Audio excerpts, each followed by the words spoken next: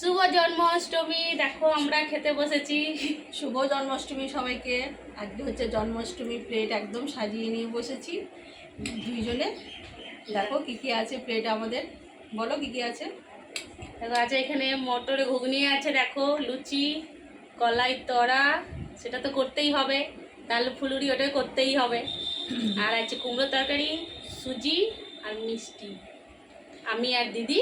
আর এই তাল ফুলুরি করেছি। তালটা এসছে আমাদের গ্রামের বাড়ি থেকে। এটা আমার মা তাল ঘষে গরম করে আমাদেরকে দিয়ে পাঠিয়েছে, কারণ এত কুটকাম আমরা করতে পারবো না, তাই এইগুলো করে দিয়ে পাঠিয়েছে। আর আমি কিন্তু কিচ্ছু করিনি, আমি শুধু আসছি খাচ্ছি ব্যাস।